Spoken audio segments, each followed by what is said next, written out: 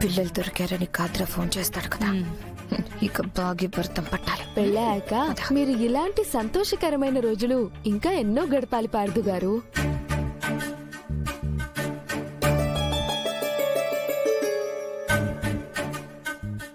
మొత్తానికి ముహూర్తానికి ముందే మీ ముఖంలో పెళ్లి కళ కనిపిస్తుంది సార్.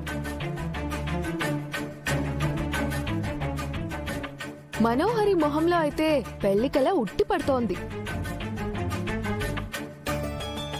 కాసేపు ఆగవే, నీ మొహంలో రేతకళ తాండవం ఆడుతుంది.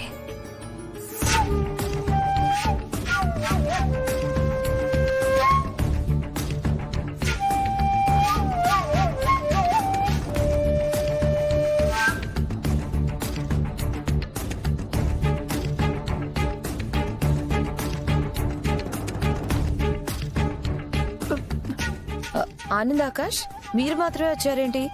అంజు బుజ్జుములు ఎక్కడా?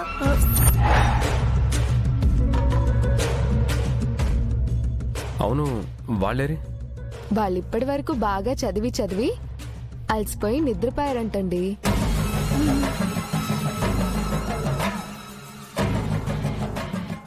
నిద్రపోయారంటానంటున్నావేంటి బాగి? నువ్వు వాళ్ళని చూడలేదా? చూశాను, నిండుగా దుప్పటి కప్పుకొని నిద్రపోతున్నారు. తినకుండా పడుకోవడం ఏంటి? లేచాక తింటారులేండి. అదేంటి బాగి అంత సింపుల్ గా చెప్పేస్తున్నావు? పిల్లలు తినకుండా పడుకుంటే నీకు బాధగా లేదా? అంత కేర్లెస్ ఏంటి నీకు?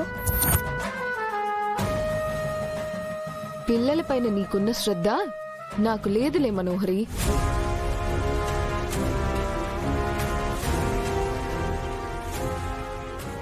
అపార్థం చేసుకోకండి పార్థు గారు.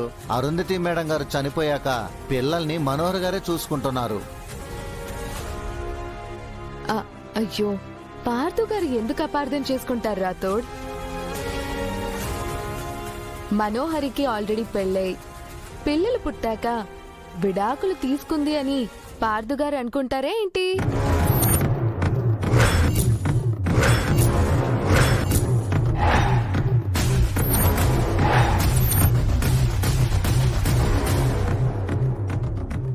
దీన్నేం చేసిన పాపం లేదు. ఛాన్స్ దొరికితే చాలు నా ఫ్లాష్ బ్యాక్ తవ్వడానికి రెడీగా ఉంటుంది. నేను ఎలాంటి మిస్అండర్స్టాండ్ చేసుకోను.